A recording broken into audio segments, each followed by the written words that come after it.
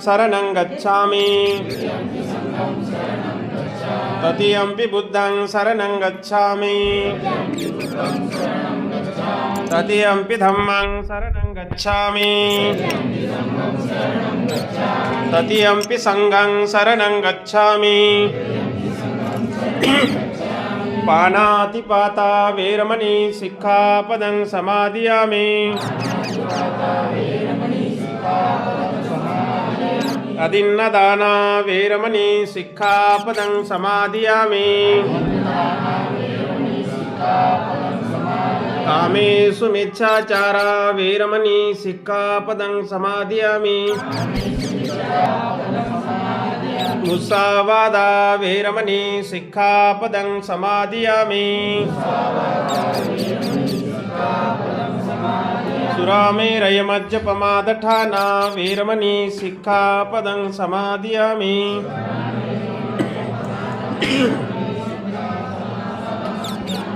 साधु साधु साधु बुद्धं नमामि धम्मं नमामि संघं नमामि।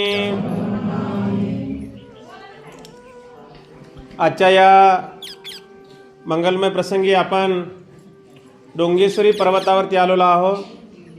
एवढा डोंगर चढून तुम्ही उन्हाचा वेळ आहे, थकल्यासारखं दिसत आहे तुम्ही, परंतु सर्वांनी हिम्मत केली। आमच्या आईची तुम्हाला ते मी विचार नव्हता केला की मला वाटलं त्या चढणार नाहीत, परंतु त्या पूर्ण डोंगर चढून आलात आणि या पवित्र ठिकाणी आपण सर्वजण आलात। तुम्हाला माहिती आहे या ठिकाणी बघा, या सध्याच्या वातावरणामध्ये जर इथे येण्यासाठी एवढी हाल होतात, रस्ते आहेत, आता सुविधा आहे, विज्ञानाचं युग आहे की नाही। 2500 वर्षा अगोदर या ठिकाणी कसं असेल वातावरण, पूर्ण झाडी असेल, जंगल असेल, रस्ता नसेल यायचा, आहे की नाही। अशा अवस्थेमध्ये सिद्धार्थ गौतमाने याच ठिकाणी खडतर अशी 6 वर्ष तपश्चर्या केली। आता इथे थोडंसं हा हॉल टाईप केलेला आहे, बाजूला इथे एक लेणी टाईप एक भुयार आहे। त्या भुयारामध्ये भगवंताची पूर्ण जसं भगवंताचं शरीर झालं होतं, जणू काही हड्डीचा सापळा असं झालं भगवंताचं शरीर झालं होतं। त्यांच्या डोळ्याकडे बघितलं तर एखाद्या कोरड्या विहिरीसारखे खोल आणि खोल भगवंताचे डोळे झाले। पाठीला हात लावला तर पोटाची चमडी हातामध्ये येऊ लागली आणि पोटाला हात लावला तर पाठीचा कणा हातामध्ये येऊ लागला। अशा अवस्थेमध्ये भगवंतानी या ठिकाणी महिना नाही, 2 महिने नाही, 3 महिने नाही, 6 महिने नाही, वर्ष नाही, 2 वर्ष नाही, किती वर्ष, 6 वर्ष तपश्चर्या केली। आणि तपश्चर्या करून भगवंताला असं जाणवलं की आपण किती खडतर तपश्चर्या केली, याच्यामधून आपलं काही उपलब्ध होईना, त्याचा काही लाभ होईना, आहे की नाही। आणि म्हणून भगवंत इथून पायी पायी त्याच अवस्थेमध्ये उर्वेलेच्या दिशेने जातात। उर्वेला म्हणजे आजची बुद्धगया, त्या परिसराला त्या काळामध्ये उर्वेला म्हणत असत। आणि म्हणून उर्वेलाच्या परिसरामध्ये भगवंत जाऊन एका झाडाखाली बसतात आणि त्या परिसरामध्ये एक सुजाता नावाची भगिनी, जी की एक मन्नत मागते, तिनं आपल्या भाषेमध्ये त्याला आपण नवस म्हणतोय, तिनं अशी मन्नत मागितली होती की मला चांगला पती आणि चांगला पती मिळू दे आणि मला चांगला मुलगा होऊ दे। मी 100 गायीची खिरीचा नैवेद्य मी अर्पण करेल। सिद्धार्थ गौतम इथून तपश्चर्या करून त्या उर्वेला नगरीमध्ये, उर्वेला परिसरामध्ये भगवंत जातात, एका झाडाखाली बसतात आणि ती सुजाता, तिची दासी पन्ना नावाच्या दासीला जंगलामध्ये झाडाखाली जागा साफ करण्यासाठी पाठवते। तर त्या ठिकाणी भगवंत त्या ठिकाणी बसलेले असतात। ती दासी जी आहे, पन्ना नावाची दासी, जागा साफ करण्यासाठी पहिले सकाळी जाते। तर त्या पन्ना नावाच्या दासीला सिद्धार्थ गौतम अशा अवस्थेमध्ये दिसतात की या झाडाखाली अगदी शरीर सुकून गेलेलं भगवंत त्या ठिकाणी बसलेले आणि तिला असं वाटतं की इथे आपल्या मालकिनीचा जे नैवेद्य चढवण्यासाठी मालकीन येणार आहे, त्या मालकिनीचा नैवेद्य स्वीकारण्यासाठी इथे देवता अवतरली की काय. आणि म्हणून ती दासी, पन्ना नावाची दासी, पळतच आपल्या मालकिनीकडे जाते आणि अगदी खुशीमध्ये आनंदाच्या भरामध्ये आपल्या मालकिनीला, म्हणजे कोणाला, सुजाताला सांगते की मालकीनबाई, आपला नैवेद्य स्वीकारण्यासाठी त्या ठिकाणी देवता अवतरली आहे. आणि म्हणून सुजाता अगदी सोन्याच्या पात्रामध्ये खीर घेऊन, सर्व काही साहित्य पूजेचं घेऊन, सुजाता त्या ज्या ठिकाणी भगवंत थांबले होते त्या ठिकाणी सुजाता आणि तिची दासी, पन्ना नावाची दासी, त्या ठिकाणी जातात. भगवंताला गुडघ्यावर बसून ती पन्ना नावाची दासी बाजूला बसते आणि सुजाता ही गुडघ्यावर बसून भगवंताला खीर देते. जेवढ्या श्रद्धेनं भगवंताला खीर दिली तेवढ्याच श्रद्धेने ती भगवंतांनी खीर ग्रहण केली. त्याच खिरीच्या बलावरती सिद्धार्थ गौतमाला, तिथून बाजूलाच निरंजना नदी आहे, जे निरंजना नदी आपण पार केलेली आहे, मोठं पात्र आहे तिचं. त्या निरंजना नदीच्या काठावरती भगवंत जातात आणि पाण्यामध्ये असं भिक्षापात्र सोडतात आणि संकल्प करतात, मला जर खऱ्या अर्थानं ज्ञानप्राप्ती व्हायची असेल तर हे पात्र पाण्याच्या विरुद्ध दिशेने जाईल, आणि मला जर प्राप्ती व्हायची नसेल तर हे पात्र पाण्याच्या प्रवाहानं खाली निघून जाईल, आहे की नाही. तर आपल्या भाषेमध्ये भगवंताला दिव्य ज्ञान प्राप्त होणार होतं. आपण ज्याला, काही लोक त्याला असं चमत्कार म्हणतात, चमत्कार वगैरे काही नाही, हे सत्य घटना आहे, सत्य परिस्थिती आहे. भगवंताने खीर घेतली, असं पात्र भिक्षापात्र पाण्यामध्ये सोडलं, भगवंताला ज्ञानप्राप्ती होणारच होती, म्हणून ते पाण्याच्या विरुद्ध दिशेने जाऊन ते एका डोहामध्ये डुबलं. तेव्हा भगवंताला असं वाटलं की आता आपल्याला काहीतरी साध्य होणार आहे. आणि म्हणून तिथून भगवंत निरंजन नदीच्या काठावरती, पलीकडल्या काठावरती, म्हणजे काल आपण बोधिवृक्ष बघितला, त्या बोधिवृक्षाखाली भगवंत ध्यानाला बसले, सूर्याकडे तोंड करून, पाठीमागे बोधिवृक्ष, आणि भगवंत ध्यानाला बसले. तर त्यावेळेला भगवंताला दोन व्यापाऱ्यांनी दोन मुठी गवत भगवंताला आसन दान दिलं होतं. तर भगवंताच्या जीवनामधले पहिले उपासक ते दोन उपासक होते, आणि ते होते बंजारा समाजाचे मोठे व्यापारी होते ते, लक्षामध्ये. आणि त्याच्यानंतर मग भगवंतांनी त्या ठिकाणी ध्यान केलं. ध्यान केल्यानंतर बरोबर वैशाख पौर्णिमेच्या मंगलमय दिनी, जे की मे महिन्यामध्ये पौर्णिमा आहे, ते वैशाख पौर्णिमा, आणि त्या वैशाख पौर्णिमेला भगवंताला दिव्य ज्ञान प्राप्त झालं, सम्यक संबोधीचा साक्षात्कार झाला, दुःखमुक्तीचा मार्ग मिळाला. आणि सम्यक संबोधी प्राप्त झाल्यानंतर भगवंत त्या बोधिवृक्षाच्या असे 7 आठवडे, 7 दिवसाचा एक आठवडा, 7 दिवस, 7 दिवसाचे 7 आठवडे भगवंत त्या ठिकाणी ध्यान करत बसले. आणि त्यानंतर भगवंत कुठे गेले? सारनाथला गेले, सारनाथला, लक्षामध्ये. तर अशा पद्धतीने भगवंताने खडतर अशी 6 वर्ष तपश्चर्या केली. ते ठिकाण आहे हे डोंगेश्वरी पर्वत, आहे की नाही. आपल्याला रिकामं चालणं शक्य झालं का? घामाघूम झालं की नाही, आहे की नाही. भगवंत अशा क्षीण अवस्थेमध्ये, पोटात काही नाही, एकदम अशा अवस्थेमध्ये भगवंत कसे उतरले असतील, कसे चढले असतील, या ठिकाणी काय खाल्लं असेल, कशी तपश्चर्या केली असेल, लक्षामध्ये.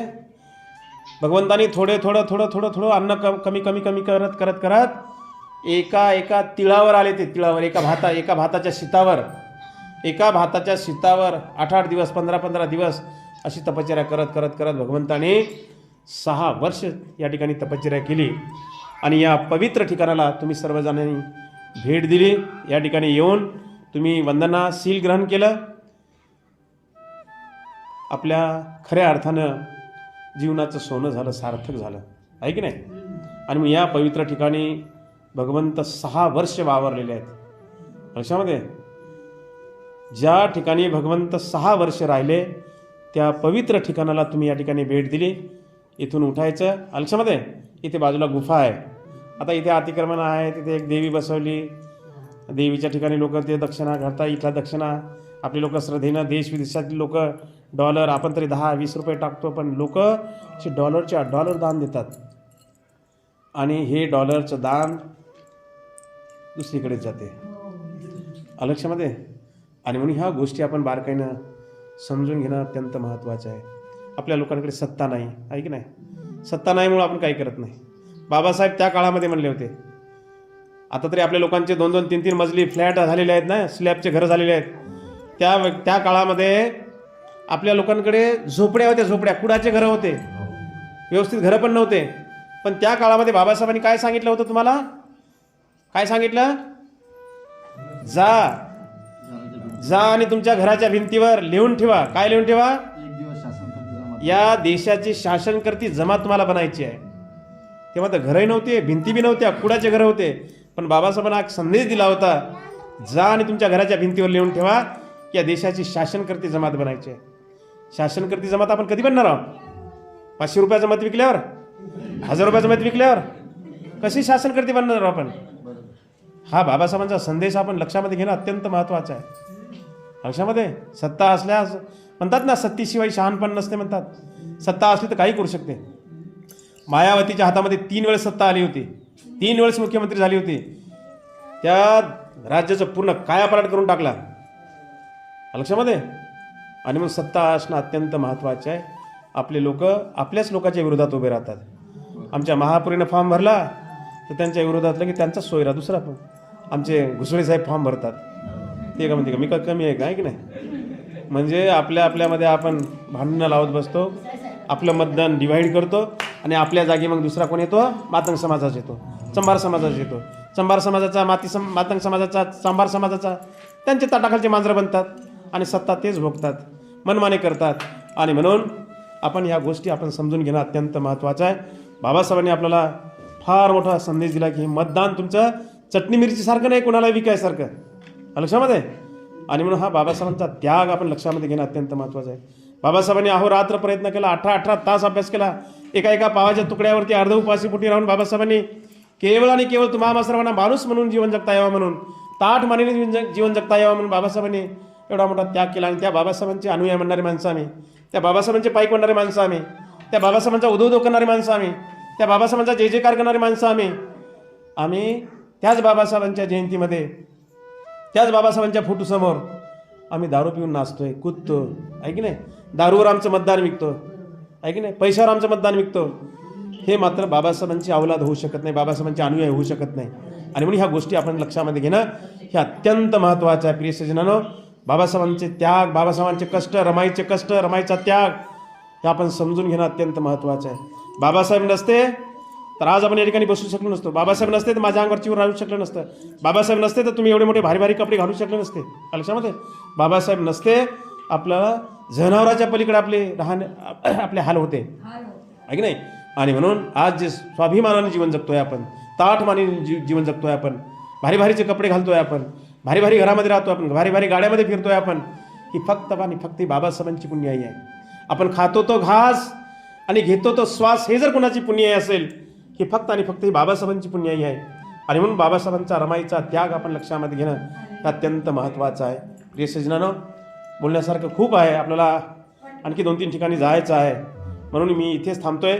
सर्वांच्या प्रती मंगल कामना व्यक्त करतो. सर्वांच्या जीवनामध्ये सुख, शांती, समाधान, आयुष्य, आरोग्य, संपत्ती, बल प्राप्त होत राहो. आपणा सर्वांना दीर्घ आयुष्य लाभो. आपणा सर्वांच्या ज्या काही मनोकामना आहेत त्या पौर्णिमेच्या चंद्रमाप्रमाणे परिपूर्ण होत राहो, अशी उदात्त मंगल कामना व्यक्त करतो. आणि मी या ठिकाणी थांबतोय. खरं तुमचं पुण्यकर्म आहे.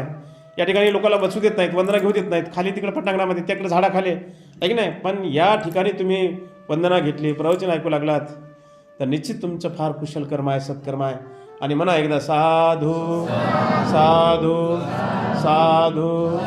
वंदन करा. बुद्धांग नमामि, धम्मांग नमामि, संघांग नमामि. आई थोडं इकडे आई.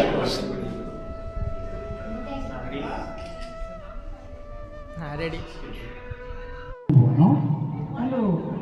Jangan ni solusi ni kalau you dah tahu orang di kira ni cewek tua bila teri you bila di mana pun jangan, lalu dia siapa jalan, no?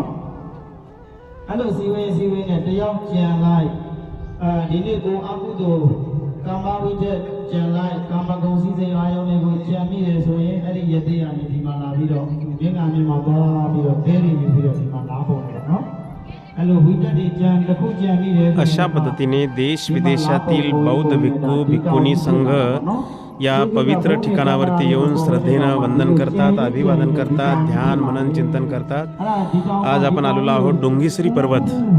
हा डोंगीसरी पर्वताचा हा भाग आपण बघत आहोत.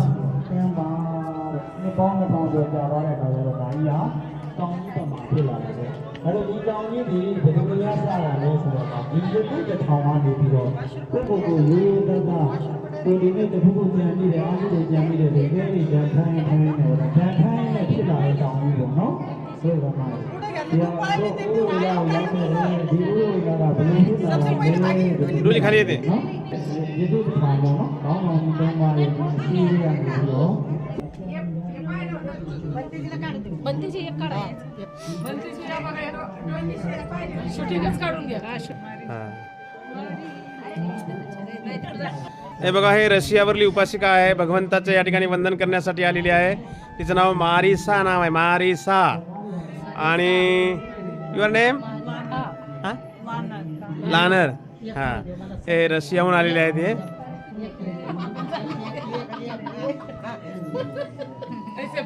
ठीक ठीक ठीक ठीक.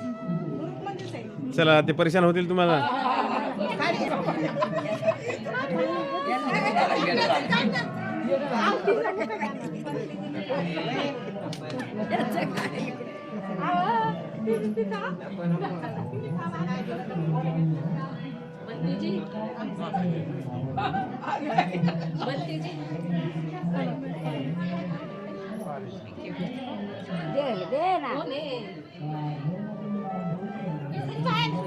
Yes. Yes.